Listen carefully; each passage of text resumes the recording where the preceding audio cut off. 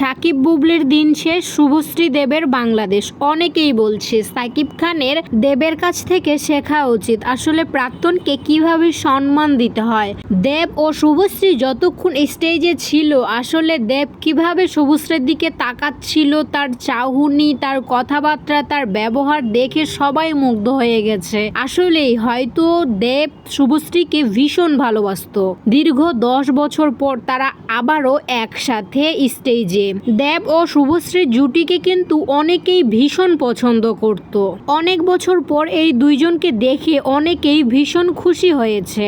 আর সবাই বলছে আসলে সাকিব খান অভিনয় ভালো করলেও তার ব্যক্তিগত জীবনের ঘটনাগুলো এবং সে তার ব্যক্তিগত জীবনটা যেভাবে পরিচালনা করছে এটা তার ভক্তরা মোটেও পছন্দ করছে না। অনেকেই বলছে আসলে সাকিব খানের দেবের কাছ থেকে শেখা উচিত কিভাবে প্রাক্তনকে সম্মান করতে হয়। তবে বুবলি ও সাকিব খানের এই ছবিটি ভাইরাল হওয়ার পর থেকে অনেকেই সাকিব খানকে খারাপ চোখে দেখতেছে এবং কি সাকিব খানের চরিত্র নিয়ে কথা বলতেছে। আসলে বলারই কথা, এটা কিন্তু সাকিব খান মোটেও ঠিক করেনি।